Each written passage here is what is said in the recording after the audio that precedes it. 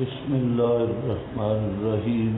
قال الملک، اندماج ہے، سارا ما سارا، اندماج کا مطلب درمیان میں قصہ حذف کر دیا گیا ہے کہ وہ ساتھ کی ظاہر بات ہے جو خواب کی تعبیر لے کر بادشاہ کے پاس آیا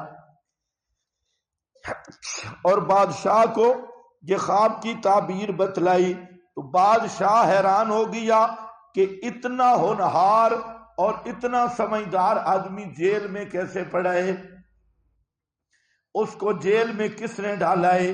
اس لیے بادشاہ نے کہا قال الملک کو، کہا بادشاہ نے، لکھا ہے سرفرازی یوسفی بعد امتحان امانت و فراست، امانت کے امتحان بھی ہو گئے، فراست کا امتحان بھی ہو گئے۔ اب حضرت یوسف کی سرفرازیاں شروع ہو رہی ہیں۔ ہر انسان کے ساتھ اسی طرح معاملات ہوتے ہیں، پہلے آزمائشیں ہوتی ہیں اور پھر سرفرازیاں شروع ہوتی ہیں۔ بندہ چاہتا ہے کہ پہلے دن ہی میں شیخ الحدیث بن جاؤں اور پہلے دن ہی میرے مرید بن جائیں۔ اللہ نے اپنے نبیوں کے لیے بھی پہلے مصائب رکھے ہیں اور تکالیف رکھی ہیں، اور یہ سٹیپ بائی سٹیپ مقام ملتے ہیں۔ وہ پاگل لوگ ہیں جو پہلے دن مقام کے طلبگار بن جاتے ہیں کہ میں صبح اٹھوں اور آسمان پہ میرا ہاتھ پہنچ جائے۔ ایسے آسمان پہ نہیں پہنچے گا، کہیں اور پہنچے گا۔ تو اس لیے ذرا خیال رکھو، یہ بڑا سبق والی بات تھی۔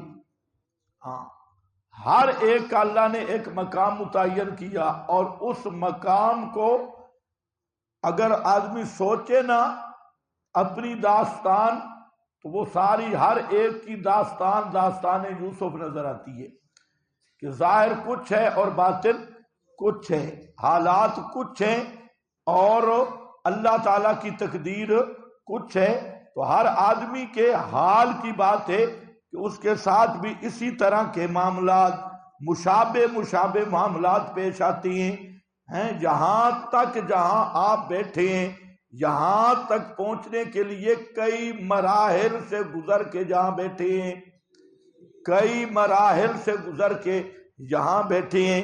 اسی طرح اللہ تعالیٰ جس کو بھی مقام دینا چاہے اس کو آزمائشوں سے گزارتا ہے اور محنتوں سے گزارتا ہے۔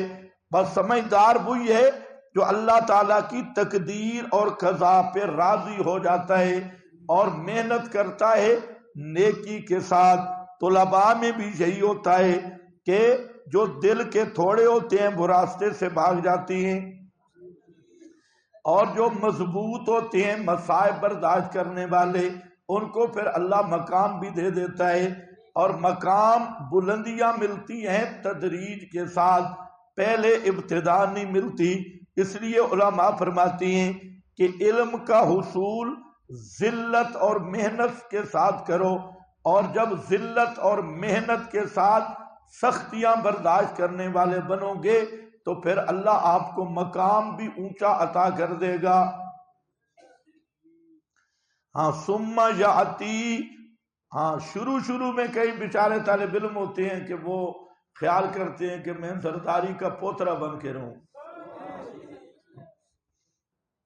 کپڑے شپڑے دیکھے، یوں دیکھا اور جیب شیب تلاش کیا، یہ بچے بچونگڑے بن کے نیچے گرتے ہیں۔ اور جو طلب علم میں ہر قسم کے مصائب برداشت کرے، تکالیف برداشت کرے، غلامی برداشت کرے، جگراتے برداشت کرے اور محنت کرتا رہے، اس کو حالات جو بھی آتے ہیں اس کو اور اونچا کر دیتی ہے۔ اسی کو کہتے ہیں تندی باد مخالف سے نہ گھبرائے عقاب، یہ تو چلتی ہے تجھے اونچا اڑانے کے لیے۔ اب کوئی گھبرا جائے تو اونچا کیسے اڑے؟ کنویں میں دل گھبرا جائے تو مصر کے تخت پہ یوسف کیسے آئے؟ تو اس لیے دل کو تکڑا کر کے چلنا ہوتا ہے۔ دل کر تکڑی تے سفر کٹی دے تامایا، دل کر تکڑی، دل کو تکڑا کر کے بیٹھنا پڑتا ہے، تب سفر جا کے مکمل ہوتے ہیں، ایسے نہیں ہوتے درمیان میں گرنے والے۔ قال الملک، کہا بادشاہ نے، سارا ما سارا، اب کہنے لگا ائتونی بہی، لاؤ میرے پاس اس جوان کو، اس کو میرے پاس لے آؤ اس جوان کو۔ فلما جاءہ الرسول، پس جب آ پہنچا حضرت یوسف کے پاس پیغام لانے والا، شاہی فرمان لے کر حضرت یوسف کے پاس آئے اور کہا، پیغام دیا کہ بادشاہ کہہ رہا ہے کہ اب جیل سے تو رہا ہو گیا اور بادشاہ تجھے بلا رہا ہے۔ حضرت نے فرمایا کوئی نہ، اتنا جلدی بھی باہر آنے والا نہیں ہوں۔ یہ بیچارہ قاصد سوچ کے جا رہا تھا کہ حضرت یوسف کتنا خوش ہوگا جب میں کہوں گا کہ آپ باہر تشریف لائیں، اور اللہ جانے سواریاں بھی لے گئے ہوں گے اور پورا پروٹوکول بھی ہوگا، لیکن وہاں جب پہنچے تو حضرت نے فرمایا ارجع، واپس ہو جا، الی ربک، طرف اپنے سید اور بادشاہ کے، فاسألہ، پس پوچھ اس سے، ما بال النسوۃ اللاتی، کیا حقیقت ہے ان زنانیوں کی، ان عورتوں کی کیا حقیقت ہے، اللاتی قطعن ایدیہن، جنہوں نے زخمی کیے تھے ہاتھ اپنے، وہ جو ساری حسینائیں آئی تھیں، ان کا کیا معاملہ تھا، کیس کی نوعیت کیا تھی اور کیا حقیقت تھی، پہلے تفتیش ہو اور معاملہ حل ہو تب میں آؤں گا جیل سے باہر۔ ہاں، یہ ہے استقامت یوسفی۔ اور یہ کیوں کہا حضرت یوسف نے، کہ حضرت یوسف نے مسئلہ بیان کرنا تھا توحید والا، دائی تھے، اور پورے مصر اور پورے اس ایریا پر حضرت مامور تھے من جانب اللہ۔ اور جب دائی توحید پر الزامات لگ جائیں، جب تک ان کی صفائی نہ ہو تو مسئلہ بیان نہیں ہوتا۔ جب بھی مسئلہ بیان کریں گے اگلے کہیں گے یہ تو وہی نہیں ہے جو عورتوں کا کیا معاملہ تھا، فلانی وہ جو بیگم تھی اور وہ بیگمات کا کیا معاملہ، یہ وہی ہمیں توحید سمجھا رہا ہے۔ اور یہی اس لیے علماء اور طلباء کو چاہیے کہ اپنا کردار اور کریکٹر صاف رکھنا چاہیے۔ مسئلہ وہی بیان کر سکتا ہے جس کا کریکٹر اور کردار بالکل صاف ہو۔ اگر معاشرے میں گند کرنے والا آدمی وہ بڑا مولوی بھی بن جائے تو پرانی ساری چیزیں عیب اس کے سامنے آتی ہیں۔ تو اس لیے جس نے مسئلہ بیان کرنا ہے وہ زندگی کے ہر قدم پہ قدموں کو سنبھال کے چلے اور اپنے اخلاقیات اور کریکٹر ذاتی یہ بالکل پاک رکھے اور ریکارڈ صاف ہو۔ اس لیے حضرت یوسف نے، اب یہ سوال ہے کہ یہ بھی ہو سکتا تھا کہ حضرت جیل سے باہر آ جاتے اور آمنے سامنے تفتیش ہوتی، تو جواب یہ ہے کہ حضرت آمنے سامنے آتے پھر بھی شبہ کرنے والے شبہ کر سکتے تھے کہ ہو سکتا ہے یہ زنانیاں مروب ہو گئی ہوں کہ حضرت یوسف سے ڈر رہی ہوں کہ اب اسے عہدہ ملنے والا ہے، ہمیں جیل میں ڈال دے گا، فلاں کر دے گا۔ تو اس لیے حضرت نے پسند کیا کہ میں وہاں ہوں بھی نہیں، میری عدم موجودگی میں اس مقدمہ کا فیصلہ کیا جائے کہ مجھے کیوں جیل میں ڈالا گیا، اور یہی وجہ تھی تاکہ کل کسی کے سامنے عذر اور موقع نہ رہے۔ اس لیے فرمایا فاسألہ، پس پوچھ ان سے، پوچھ بادشاہ سے، ما بال النسوۃ اللاتی، معلوم ہوتا ہے کہ یہ معاملہ مشہور ہو چکا تھا اور جیل میں آمد و رفت لگی رہتی ہے۔ حضرت یوسف کو بھی معلوم تھا، جنہوں نے کاٹے تھے ایدیہن، زلیخا کا نام نہیں لیا، علم دونوں طرح پڑھا جاتا ہے، زلیخا بھی زلیخا بھی۔ اس کا نام نہیں لیا. کیوں؟ خازن کہتا ہے احترام اللہ، وہ چونکہ موہ سے نہ رہ چکی تھی اور حضرت یوسف اس کے گھر میں بڑے ہوئے تھے، اس لیے پہلے بھی جب اس کی بات آئی تو صرف اپنی صفائی میں ایک جملہ بولا، مزید کچھ نہیں کہا. اور اب بھی اس نمک کا احترام کر رہے تھے. یہ انبیاء کی سیرت ہوتی ہے احسان والی، کہ اس نے مجھے پالا ہے، میں اس کے گھر میں رہا ہوں، اور اس کے بعد اس نے زیادتی چلو کی ہے، لیکن حضرت یوسف اس کو بے عزت نہیں کرنا چاہتے. اس لیے خازن نے لکھا ہے ادباً باحترام اللہ. یہ سیر لم یسرہ بذکر امرات العزیز، امرات العزیز کا صراحتاً نام نہیں لیا، بس اتنا فرمایا اللاتی قطعنا ایدیہن. اس میں ایک سبق ہے کہ اپنے محسنین کے احسان چاہے وہ زیادتی بھی کر دیں، لیکن ان کے احسان میں نمک حلالی پیدا ہونی چاہیے.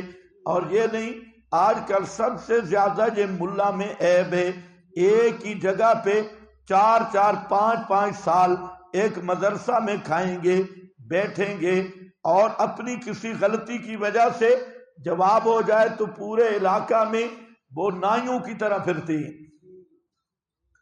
نائی اور حجاموں کی طرح پھرتی ہیں، اور بنا بنا کر باتی ہیں، شکوے بڑا کچھ اسی طرح طلباء ہوتی ہیں.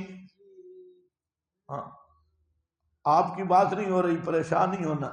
ہاں، کئی ایسے شیاطین ہوتے ہیں. بہرحال یہاں پر کیا ہے، لم یسرے، مسئلہ یہی ثابت ہو رہا ہے کہ محسن کا احسان نہیں بھولنا چاہیے. حضرت یوسف نے اسی وجہ سے اس کا نام نہیں لیا. ان ربی بکیدہن علیم، بے شک رب میرا ان کے مکروں کو جاننے والا ہے. بکیدہن، انہوں نے جو کیے تھے مکر، میرا رب تو جاننے والا ہے. مگر عند الناس بھی یہ بات کھل جائے، لوگوں کے سامنے بھی پتہ چل جائے. بس وہ جب واپس آیا بادشاہ کو بتلایا، بادشاہ نے فوراً آرڈر کیا کہ ساری ان زنانیوں کو جمع کیا جائے. تفتیش شروع ہو گئی، عدالت فوراً کھل گئی. ہاں، سارے سپریم کورٹ آن لائن کھل گئی، ساری عورتیں آ جاؤ بھئی، آ گئی، وہ محترمہ بھی آ گئی، اور یہ ساری بیگمات یہ ساری کٹھی ہو کے آ گئی. اب ذرا خیال کرنا ہے، بادشاہ کا انداز دیکھو کیا پوچھ رہا ہے. قال ما خطبکن، کیا معاملہ تھا تمہارا او زنانیو، کیا حقیقت تھی؟ کب؟ اذ راوتن یوسف عن نفسہ، جب تم نے پھسلانا چاہا تھا یوسف کو اس کی خواہش سے. سوال کا انداز سمجھے؟ راوتن، معلوم ہوتا ہے بادشاہ بھی بڑا قیافہ شناس تھا، وہ بھی سمجھ گیا بے انہی زنانیوں کا سارا پراپاگنڈا ہے.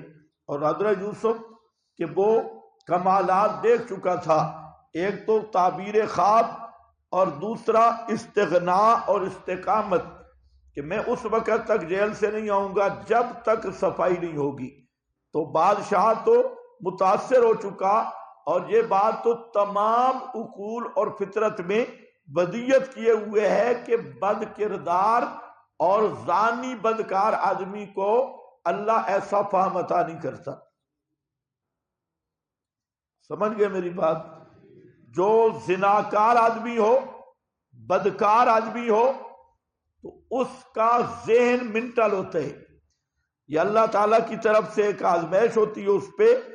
جو زناکار اور بدکار لوگ ہوتے ہیں وہ ذہنی طور پہ منٹل قسم کے ہوتے ہیں، اور گدھا پن ان کے ذہن میں ہوتا ہے، اور ان میں ایسی فہم فراست اور ایسی عقل کی نورانیت یہ کبھی بھی غلط آدمی اور غلط سوسائٹی والے آدمیوں کو نہیں مل سکتی۔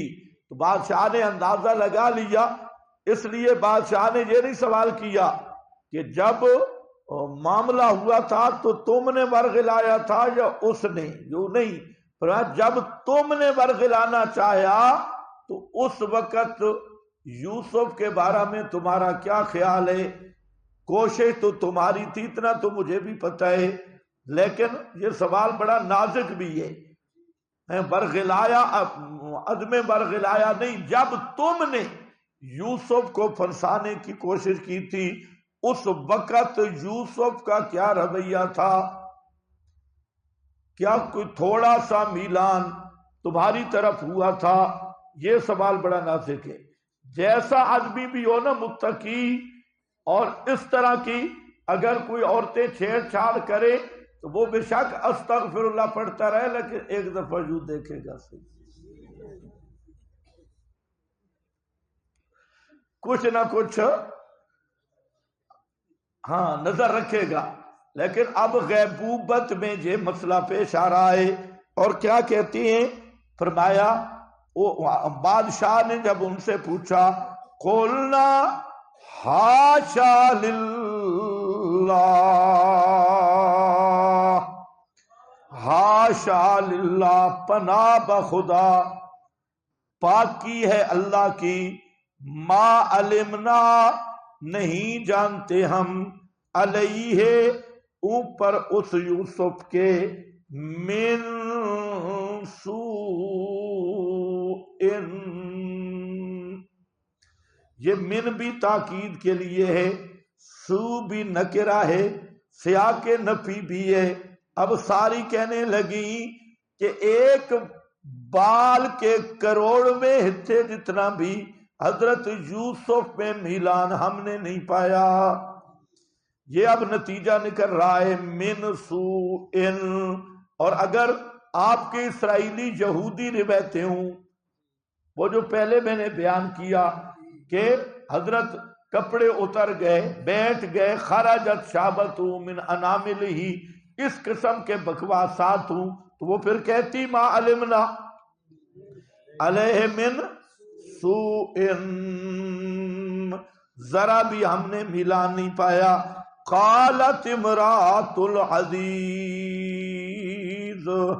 کہا جواب جب زلیخا نے دیکھا اب تو معاملہ سارا کھل گیا ہے، تو وہ آگے ہوئی، وہ بھی وہاں حاضر تھی، اور آگے ہو کے کہتی ہے الآن حس حس الحق، الآن حس حس الحق، اصل معنی تو پنجابی ہے اے ہون حق رڑے تے چڑھ گیا، الآن حس حس الحق، حق رڑے میدان کھل گیا، اب کوئی گنجائش نہیں رہی، الآن اب حس حسا بالکل واضح ہو گیا، کھول چکا ہے اور روشن ہو گئی سچی بات، حق، اور اب چھپانے کا کوئی مطلب نہیں، اب اخفاء بیکار ہے، اس لیے وہ کہتی ہے آنا راودتہ عن نفسہ، آنا لا یوسف، آنا میں ہی تھی، وہ گناہگار میں ہی تھی جس نے پھر مطالبہ کیا تھا اس کی خواہش سے، وَإِنَّهُ لَمِنَ الصَّادِقِينَ،